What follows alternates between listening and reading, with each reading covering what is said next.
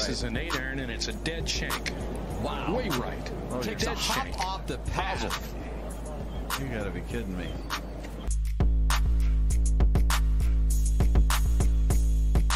Very tough pitch shot right here. You got to hit it into the hill. One hop up and bite, and it's in. Kind of like that.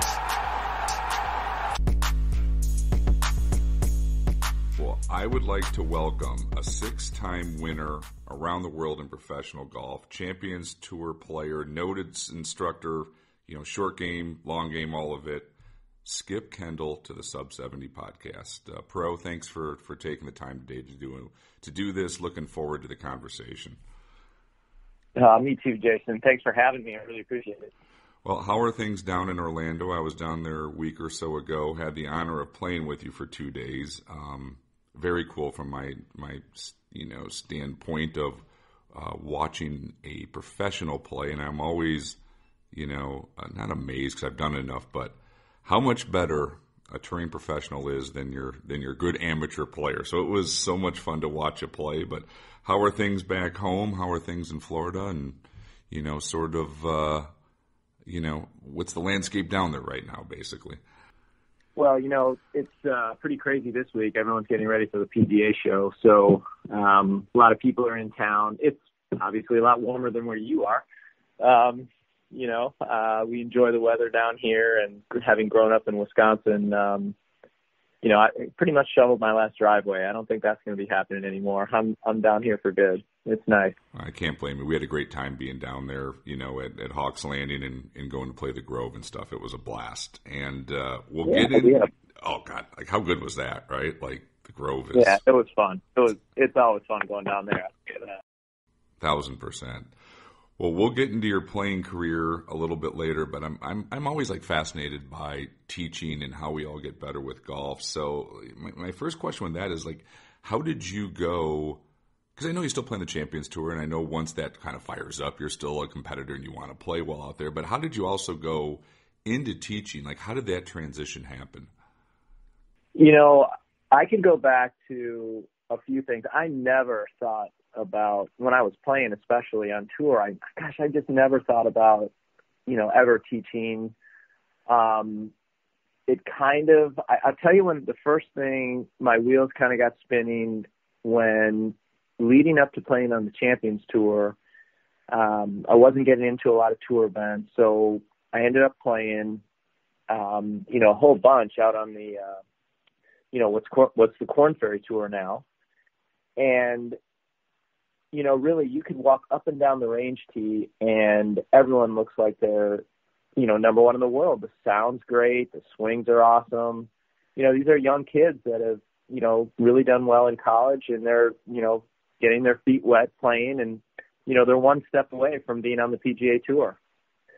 The funny thing is when I went out and I played with a lot of these kids, really the vast majority of them hadn't really learned how to play yet. And I really realized that too when a lot of the caddies out there on the Korn Ferry Tour were caddies that may have caddied for even a long period of time on the regular tour and hoping to latch on to one of the young kids that might be able to, get onto the PGA Tour, and, they're off to the races. Well, a lot of these caddies would approach me after the round, and they're like, hey, man, can you go talk to my player about that shot you hit into 7?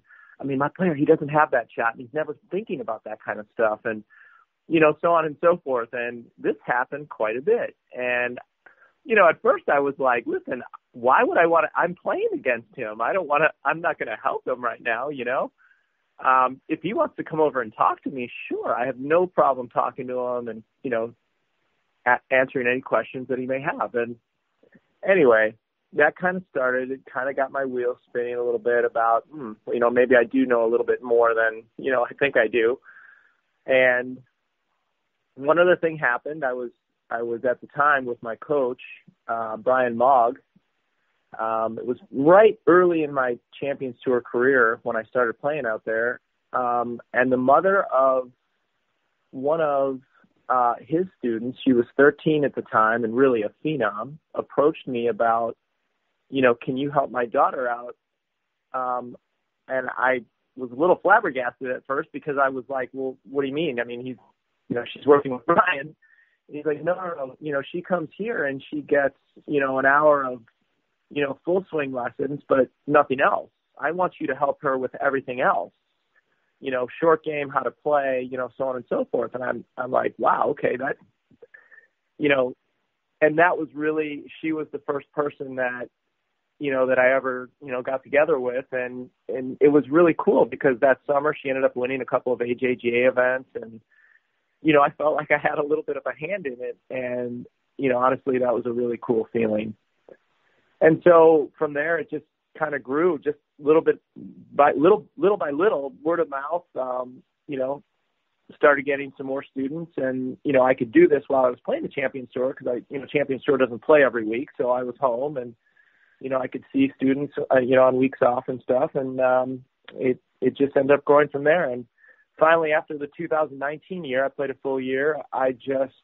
After 33 years of playing professional golf, I just kind of had enough, Jace. I just couldn't, myself get motivated to, oh my gosh, I was going to have to go back to Q school, and I ended up not because I had had enough. And, at that point really started to build, what's turned into now, a pretty good situation for teaching and coaching. And it's been a lot of fun. And I'm, fortunate to have had a lot of really nice players, young players, juniors and college players. And, all the way up to I've helped, some of the guys on the Champions Tour. So, and everyone in between, that's for sure. So it's been a lot of fun.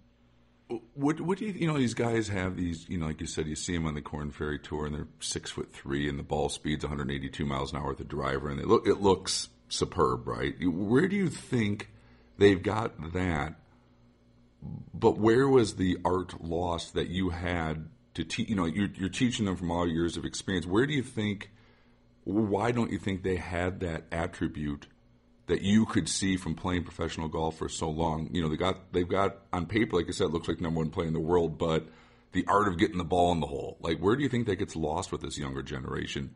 Or my follow-up to that would be, did you not have it at first and you had to learn it with experience when you came out there? Yeah, I mean, for me, I think it was, more of an experience thing. I'm not sure I had all of that when I first got out there, but you learned. And I think it's the same with a lot of the players, especially the young players today. They have one gear, and you've seen it. It's full throttle, and these kids are hitting it so far. It's really incredible. It really is. And I think, for the amateurs who really haven't seen it up close and personal, it's a big difference. I mean, the amateur game now compared to the professional game, the swing speeds are just so much different that it's on a totally different level. And,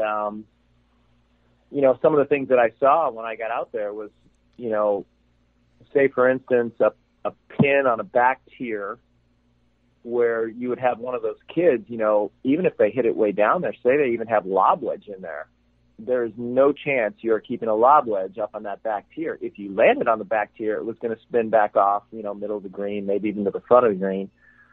Or, it was going to one-hop it over the green, and they just didn't have a chance of hitting that shot, where for me, I would have, gone down in one club, maybe even two clubs, hit a little lower shot in there, kind of ran it up the tier onto the back tier.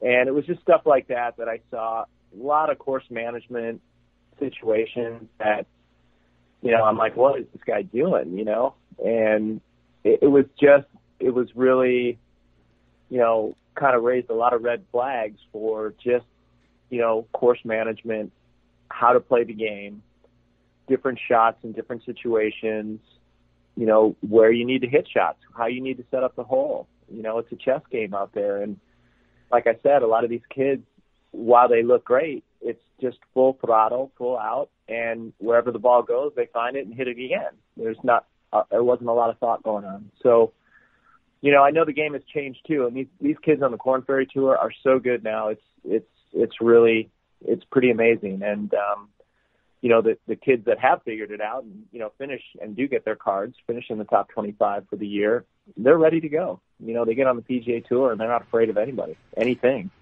they're really ready to go. Yeah, and you also kind of watch, right? Like even if they come out with all the horsepower at first and they're, killing it, like I said, that one gear, it seems like the players who really make it on the PGA Tour, I'm just like an example to me in just my head would be like when Justin Thomas first came out and he had to go to the Korn Ferry Tour. You remember it was like full throttle all the time, and he got really good when he developed that little dead hand iron wedge sort of shot, right? Where he just got better by actually backing it down at times versus hitting everything as hard as he could. And it's interesting to watch some of those guys, how they come out and then they develop that part of their game, then all of a sudden they get pretty elite or very elite, right? But I don't think you can get A without B, right? You got to have the horsepower, and you still have to be able to manage your way around, and especially on the PGA Tour, the pins are even tucked more, right? And to hit all of the shots in there, right? And you watch these, you can see these young guys develop. Then you're like, okay, this kid's now got it. No, and there's no doubt. I mean, you watch, Justin Thomas is one of those guys you have to post a lot. So, I follow him, and he'll be hitting shots, and he'll be working on fades one day, or he'll be, like you said, he'll be working on those wedge shots that you're talking about. He's learned that it's not just one gear. And it takes a while to really, kind of hone in your skills to be able to do that, and to really kind of back off shots sometimes. Maybe this is just a little 9 o'clock, sand wedge, instead of a, full swing spinning, Yeah, full tilt, right? Full out. Yeah, exactly. Full out lob wedge or something. You've got to be able to hit different shots in different situations. And I think as you grow as a player, you learn to do that. But you got to remember, these kids are in college, and I just played with one the other day who, club speed is up to 130 and hitting it a mile. But again, he's got one speed. And he's a sophomore in college, and he hasn't quite learned it yet, but he will. He's a really good player. He will do it. He will learn it. So, I'm not working with him right now, so I don't. I just happened to play a few holes with him the other day with one of my other students who was with him. So, but it was pretty cool to see, at that stage of his golfing career where he's at. Yeah, and they all, like the greats, all end up learning it. Right, they just do. The power when you need it, and the softness when you have to have it as well, and the combination of both. I was going to ask you too, like when you first started working with that student, you said you were kind of taken aback, or hey, can you help with this other side of it? Was it pretty interesting to go down that road with that first student to realize how much knowledge you really had? Like, was it eye-opening to you, where you're like, yes, I can answer that question, and this is how you'd go about it? Like, was it a pretty interesting process for you to realize, my goodness, I have a lot of experience and a lot of knowledge, and I've played with them all, and I really can share this with somebody and make them better? That you kind of hit it on the head. I mean, that was pretty much it. I mean, as a player, now all of a sudden, though, the shoe is on the other foot. You're used to, instructors, other people asking about you, and now I had to turn that around though and ask a lot of, kind of probing questions about, feel and how is that? And let's talk about, how to break down a golf course. What are you thinking when you're out there? And really it comes down to minimizing your thoughts, not more thoughts. I call all the rest noise. You just want to concentrate on what you need to be focusing in on and nothing else. And don't overcomplicate it. Don't overanalyze it. It is what it is. It's right there in front of you, and let's go. But, listen, how many times have you seen Tiger win a golf tournament not playing his best golf? I mean, he is probably one of the best at getting around a golf course with not playing all that great, so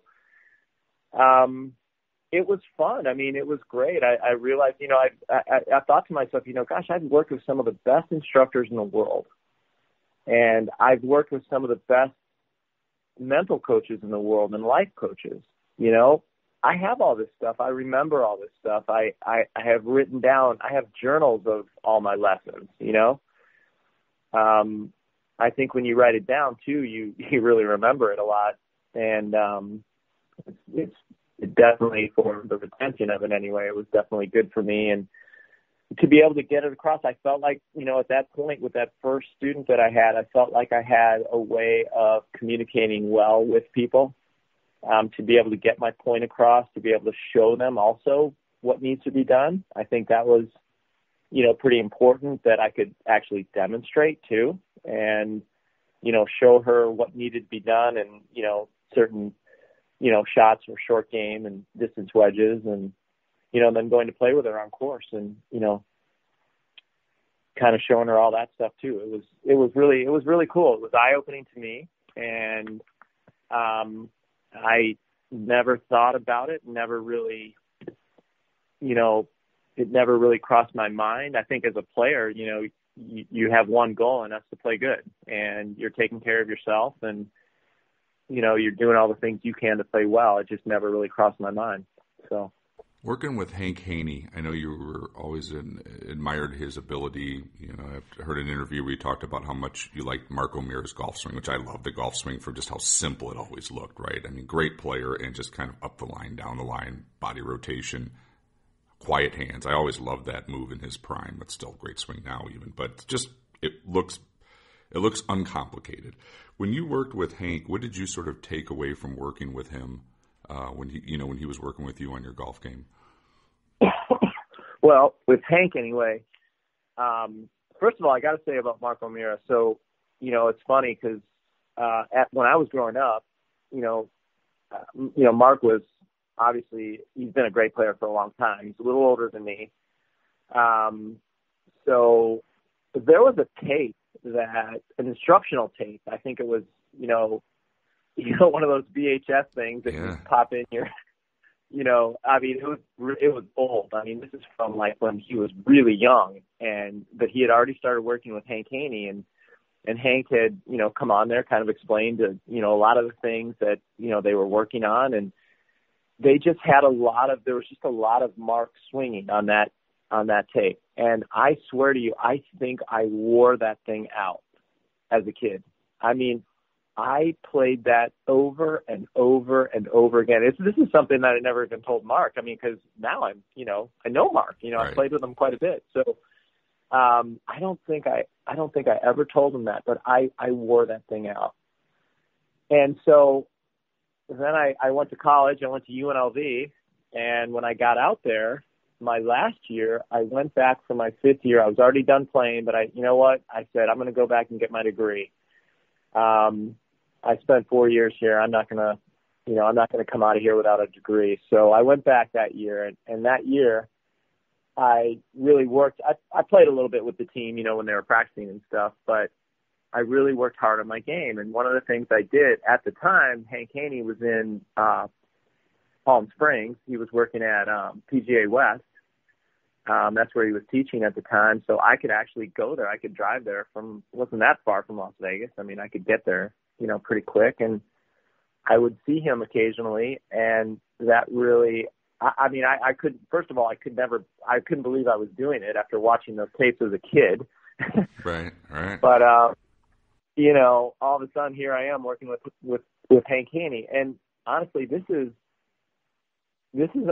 like 35 years ago, maybe even more than that. So I don't quite actually remember all the lessons. The one takeaway that I can get from it, and that I could tell you, is that he made it super easy. You know, here I thought I was going to go there and it was going to be like, oh my gosh, I'm going to have to do everything and you know, work on this for, you know, 2 years before I even see results or whatever, because of, you know, I knew I didn't have a very good golf swing at the time, but he made it very easy. And as I, you know, look back on my career too, whoever I've worked with, it, whether it be, you know, Brian Maugg, Gary Smith, David Ledbetter, Mike Bender, some of the best in the world, they all do. They all make it easy. They all have that way with students to get across their point. And, whatever method they're teaching, if it's, I would consider Mike Bender way different than David Ledbetter or Brian Mogg, for instance, Right. It's a different methodology, but that being said, they're all good in what they do, and they all totally believe in what they do, and they make it easy. You're able to do it, and it may take a little while to really, kind of get the whole deal, but I always am leery of the instructor that says, you know what, this is going to be a year. It's going to take you a year to get you where you need. Nah, you know what? As a coach, if I don't make you better by the next day, I haven't done my job. Now, granted, it takes a little while to maybe blend in all the stuff, and they say it takes 21 days to see any significant progress, but still, I want you better the next day. I don't need you to be working for 6 months and maybe get something, that's crazy. So I was always leery of those guys that said this is going to be a big time, long time, something that you're going to have to do over and over again before you even get it at all. I was leery of that. So, yeah, because it seems like the grades always just sort of tweak. You're already a great player playing at UNLV, right? You got aspirations to play professional golf. Like, it's not a retool. It's a tweak, right? It shouldn't be over complex at that point. It's, your swing probably had a little DNA to it already. Like, that's how you swing the golf club, and they sort of tighten it up a little bit, right? Is that a fair assessment? Yeah, but I think, you have to remember I was coming from Wisconsin. I think that, I would consider myself an average college player. I played for UNLV. We got to play against, but here's the catch. I mean, I got to play against all the, the great players from Arizona State at the time, or USC, Stanford, UCLA, all the, teams, a lot of schools in California and Arizona and New Mexico and even Utah at Brigham Young, and BYU, they had some great players at the time. And so they were playing circles around me. I mean, I was this little kid from Wisconsin who played basically, Memorial Day to Labor Day. And other than that, the clubs were in the closet. So I always felt like I was, in catch-up mode. I mean, I got up to UNLV in September, and I'm like, our season is starting right now? I don't play golf in September, Right. So it was wild. I mean, that's why I went there, because I could play golf all year round. But, I was like, wow, this is wild. This is great. So, but I had a lot of catching up to do. I really did. And I improved, during my college career, but nowhere near where I needed to be as the kids are of today when they graduate college, to play in the professional ranks. I was nowhere near that, Chase. No, not even close. So there was a little work for Hank to do with you in that fifth year of tightening this thing up a little bit, right? I guess that's what you're saying. There was more work than somebody who had been playing in Southern California their whole life at that point under professional teaching, because like you said, up here we do shut it down basically 6 months, 7 months out of there, 5 to 6 months out of the year. Yeah, we do. I mean, I remember playing spring golf, and in high school, we would start, basically as soon as the snow melted, whenever that was. That could be March, or it could be April. I mean, who knows? Right. And then you get in as much as you can. But really, before that, I mean, I almost didn't touch a club until literally Memorial Day. I mean, we didn't, school was still in. I just never played golf after school. So no simulators and that stuff like we have now either, right? You might have just had a net in the garage and a mat at best, right? And a radar gun. Yeah, how fast is it going? I mean, that was it. We had nothing. I had nothing growing up, at least. So there was no indoor facilities really when I was growing up.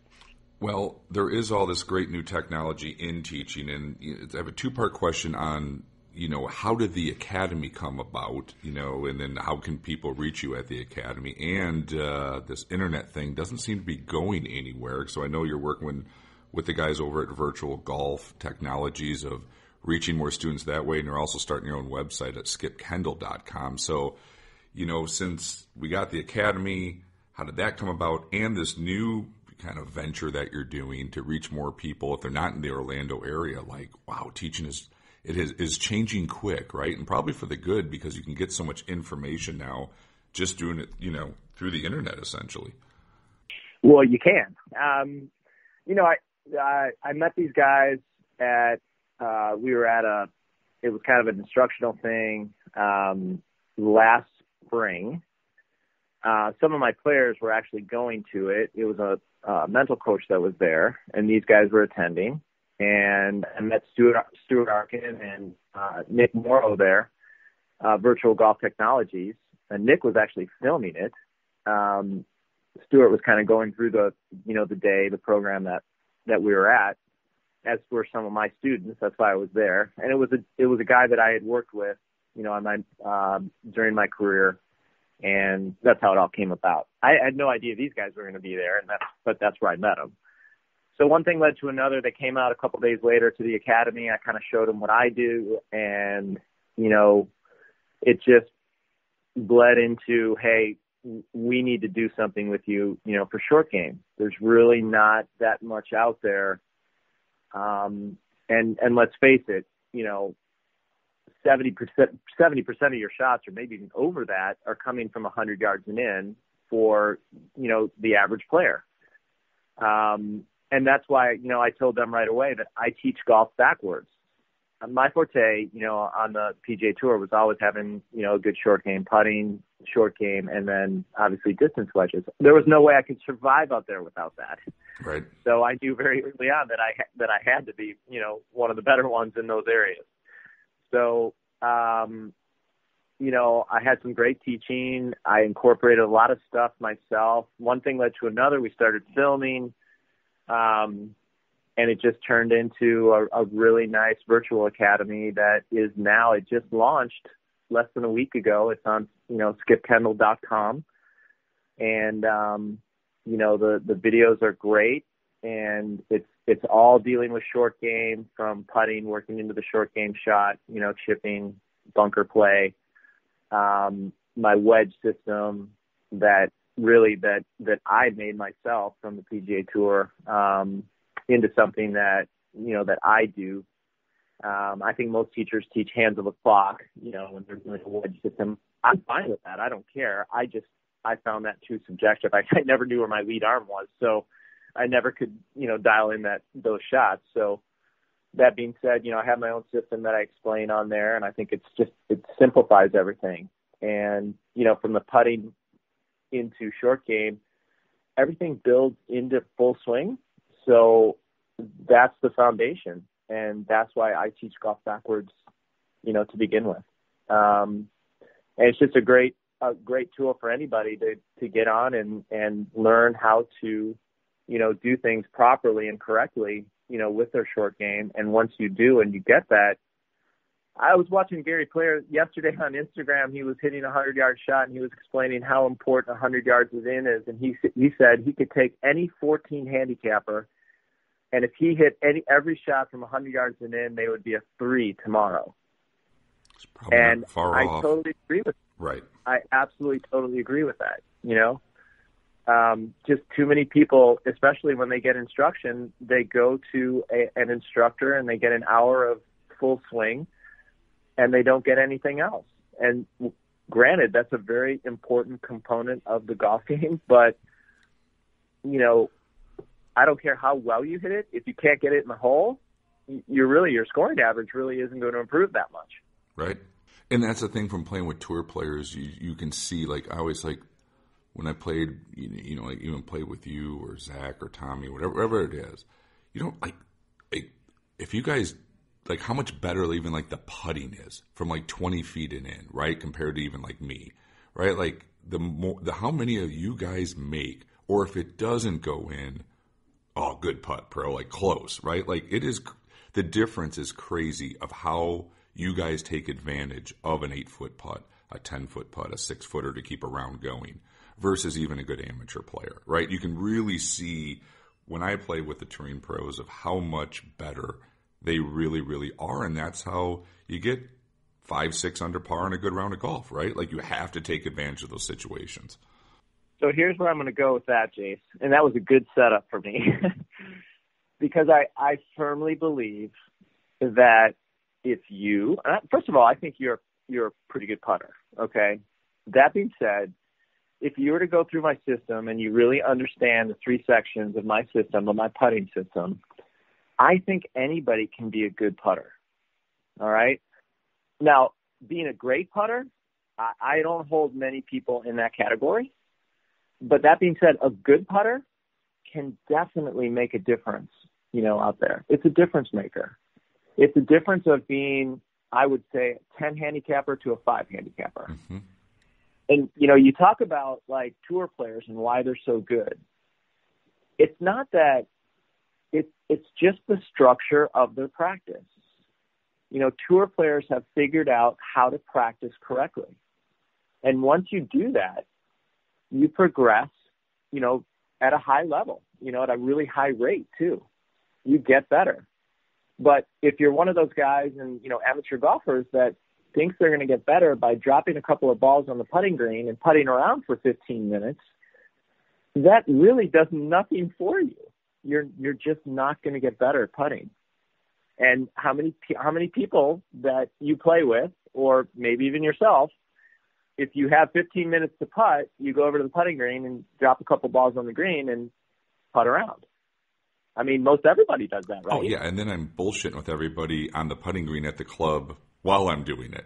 It's like a half social event. Of course. Yeah, right. Of course. Of yeah. course. Right there's my putting practice. No wonder I don't putt it great, right? Like, also, I'm not putting any effort in at this juncture in my life either. But yes, you are correct. There is right, no, and I'm smart enough, been around enough. Like for me, at least, I know it's 75% social. And but you're correct. If you really think you're going to get better doing it that way, you got to have a system in place, right? That you're really working on things to improve. Exactly to your point. Yeah. And like I said, in the virtual platform, I go through the system. If you want to be a better putter, these are the steps that you have to take. And I'm not a big mechanics guy either. I mean, I think putting is an art. I think, it's all about using your imagination, lining up, making sure that, the speed and the line fit. But in order to do that, there's things like in the setup that have to be the same, that have to be the same every time, that have to be correct every time. If you're not there, and it's not that many things, but if you're not there, somewhere along the line, you're going to have to manipulate your stroke to make up for that poor setup. And there's always a cause and effect. So when you learn these things, though, you can really improve at a high rate. So, listen, for people that just want to go out and enjoy golf and have fun, you're outside, it's a great game. It's a great game. But if you want to improve and really lower your scores, there's certain things you can do. In those 15 minutes that you had, you could do a couple of things just to really improve your putting and follow the structure that I put forth in my virtual academy.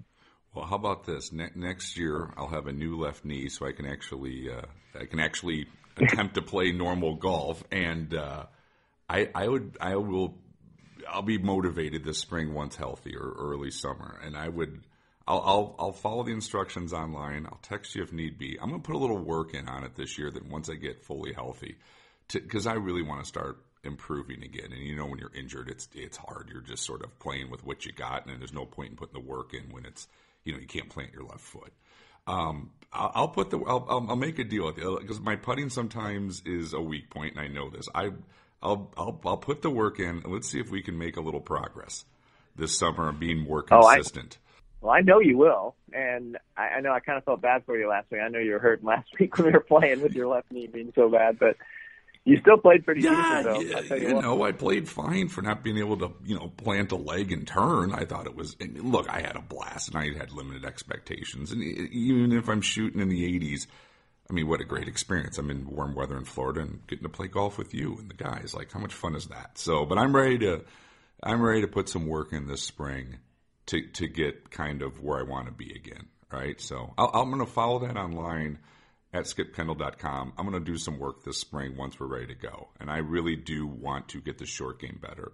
I really do. Like, I know, and I see it more and more with the more, lucky I get to play with some touring pros and watching all of you. It is, I watched Tommy out at Las Vegas Country Club when I played with him last time, put a 30 up on me in our match on the front nine, and it was a short game. It was savant-like, right? Like 12-footer in the hole. I mean, right when he's on, it was on. And and it made it look easy. But I'm telling you, he putted it great. You can't shoot 30 without putting it great.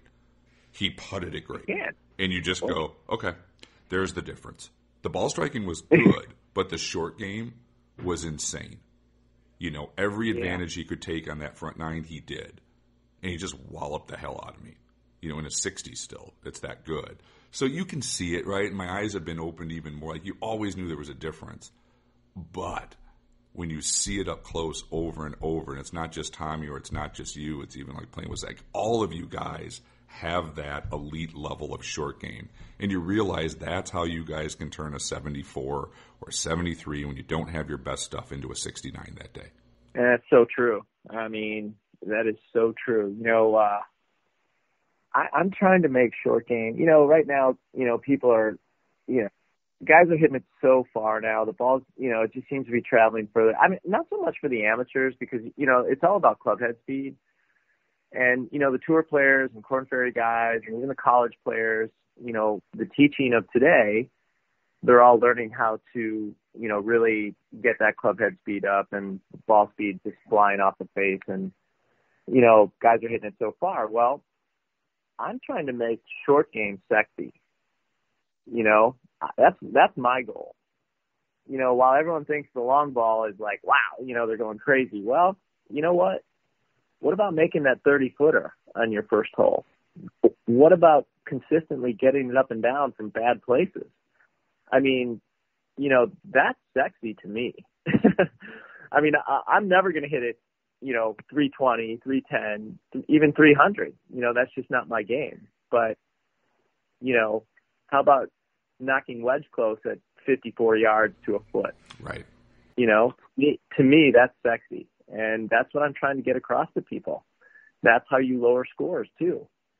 I mean, that 310 drive is not going to do you very good down the middle if you can't produce the second shot, you know, from 84 yards. And not everyone's going to be able to produce that horsepower, right? Like, I could lift all the weights, train all I want. I probably just don't have the athleticism and firepower and fast twitch muscle fiber. You know, maybe I'll max, you know, maybe I can get to 105. I'm not getting to 120. It was never going to happen. So, to your point, imagine how many amateurs, if they just focused on 100 yards and in, you don't have to be the greatest athlete in the world to massively improve that portion. Jason, you would knock your handicap in half if you just focused on 100 yards and in and really quality focused, not just quantity, because sometimes if you don't learn what you need to do, you know, dysfunction causes more dysfunction and you actually get worse. Right. You have to learn, you know, what you need to do, and then you focus in on it. I promise you will cut your handicap in half, if not even more than that, just focusing on 100 yards and in. Besides which, even if you were working on your wedge play, it would really help your full swing as well, because basically that's why I teach golf backwards too, is because, you know, you work to the short game. The short game, you know, foundation shot is basically the takeaway of your full swing. When you get to distance wedges, now you're working on basically a half swing of your full swing, so you're working on that and getting that path down. And so then it just builds into the full swing. So you're just going to improve in every area anyway. So, but you have to learn how to, you know, go from point to point and do it correctly. I didn't bring this up. We had and everyone knows you have the academy down there in Orlando. If they want to reach you for personal lessons down at the academy, if they're in the area of Orlando or visiting or living down there, what's the best way for people to reach you? Best way is probably through email. My email is Kendall, my last name, Kendall, 0909 @gmail.com. That would probably be the best way and easiest way to reach me, and that would be reaching me directly. So that'd probably be the easiest way right now. As things progress, that might change, but you know, we'll have to see. I was going to ask you about your playing career. I know you won, you know, in your 40s on the Korn Ferry Tour. what did that victory mean after, all of those years? And like you said, out there's a lot of young guys, up and comers, and you can still beat them. Did that one, was that pretty special? That was special. At the time when I won, I think I was, I might have been 48, maybe 47, 48. I don't know, one of those. But yeah, that's pretty old to be winning out there. So being able to do that was really special to me. And I hadn't won in a while, so it made it even more special. I did it when we played in Bogota, Colombia. I think the advantage I had there was that, first of all, you're playing at 8,500 feet, so the ball goes far. Right. It wasn't a super long course at all, and it was actually very tight. So, I mean, I'm licking my chops on any place like that. It's just all about ball control, so on and so forth. It wasn't about power. Had nothing to do with that. I putted well that week, and happened to come away with the win. I think that, that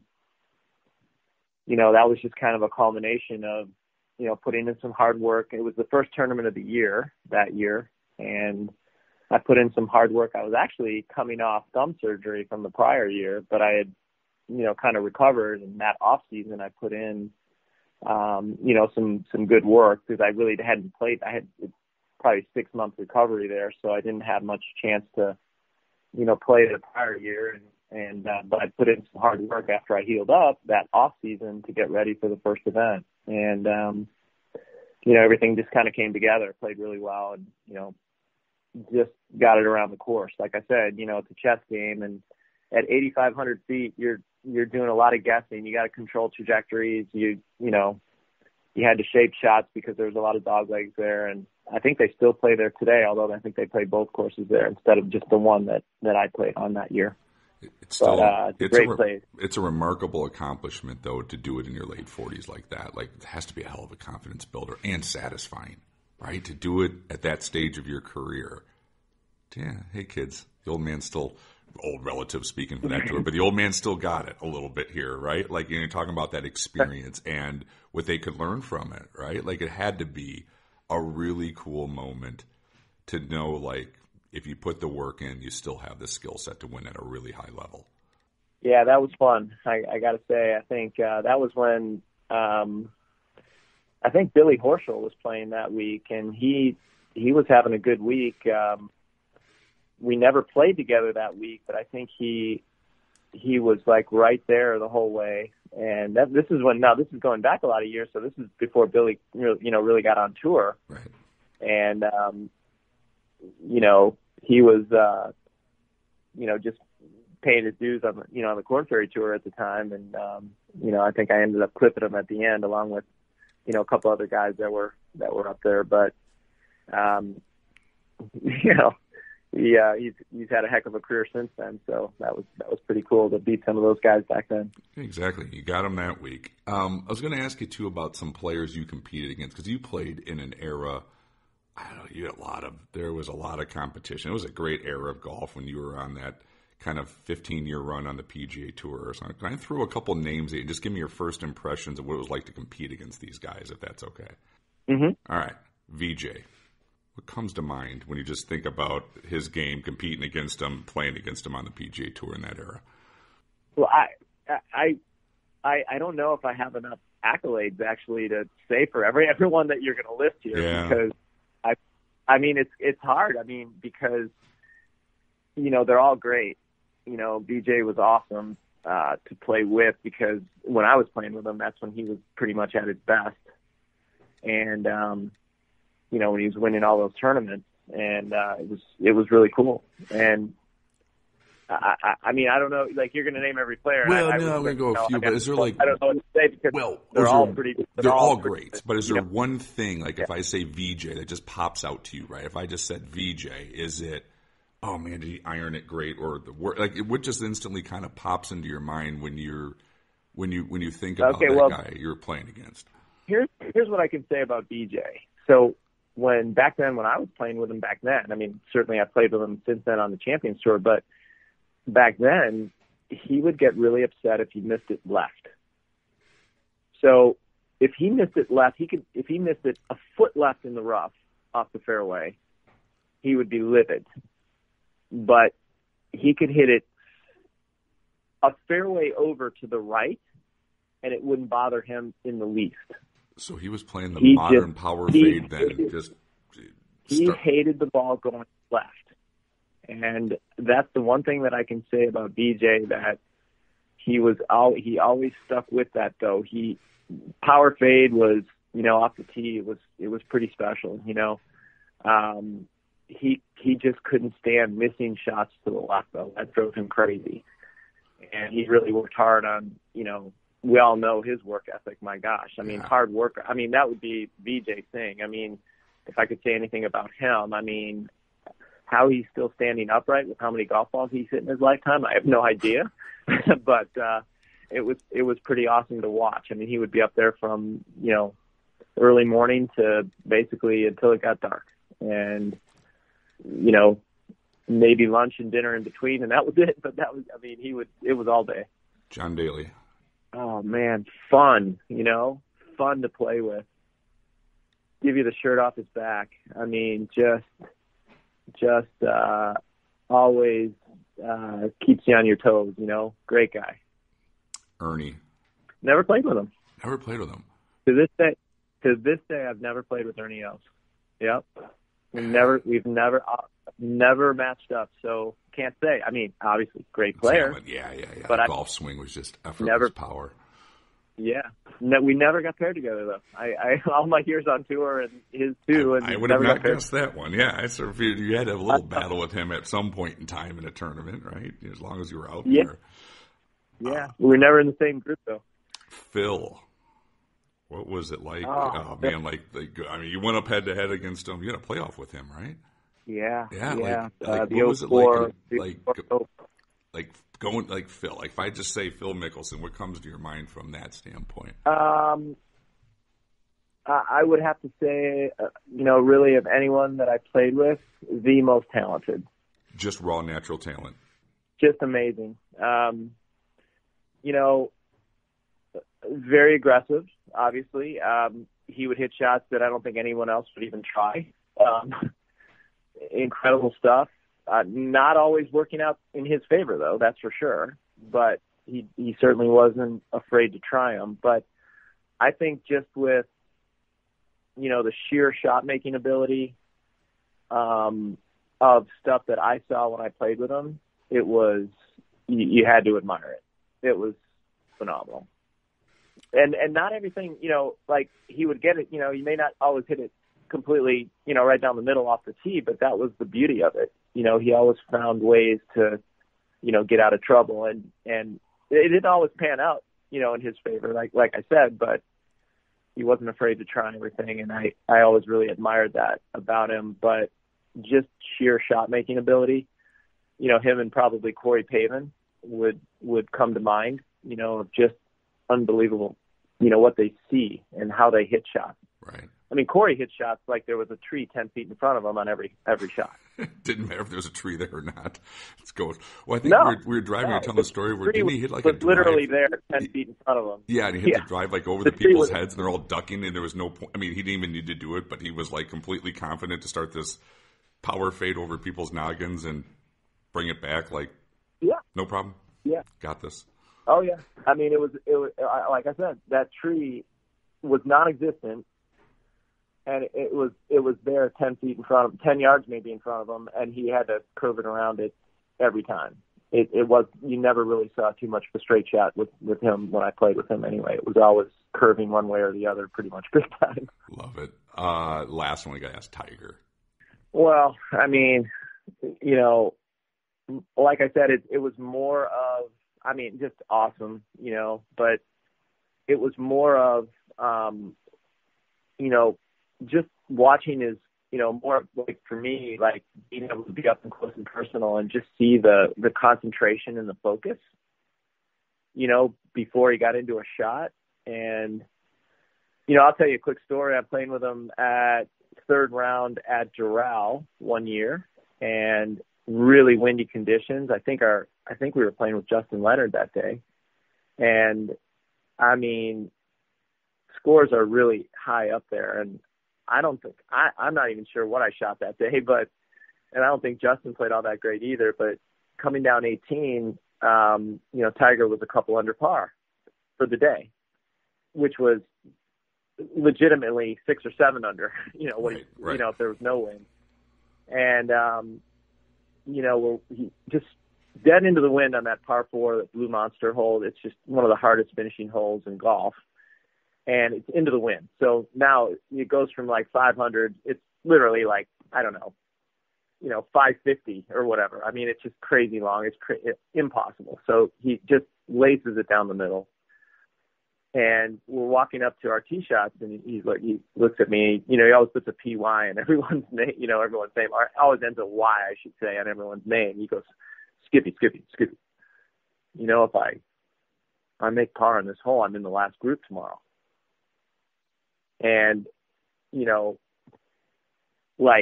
translation is if he makes par on this hole, he wins the tournament. Right. Because he knows if he's in the last group tomorrow, he wins. You know what I mean? So, I thought about it that night. I was like, wow, that is just incredible. And sure enough, he hits 5-iron right in the middle of the green. And, easy 2-putt for par on an impossible hole that day. And, obviously goes on to win the tournament.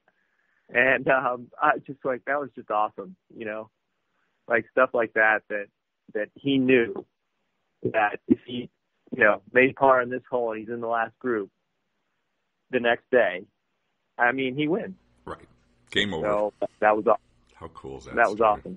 Yep. Well, thank you so much, for the time today. It's always just such an interesting conversation on the teaching and everything you've accomplished in golf. It's pretty damn cool. 6 wins around the world, and as long as you've done it for. And like I said, what an honor for me last week to be able to play with you for a couple days. It's you guys are still my heroes, even though I'm not supposed to be in that position anymore. I grew up watching you guys play of that generation, and it was such an honor and so much fun, and to see how much talent you still have.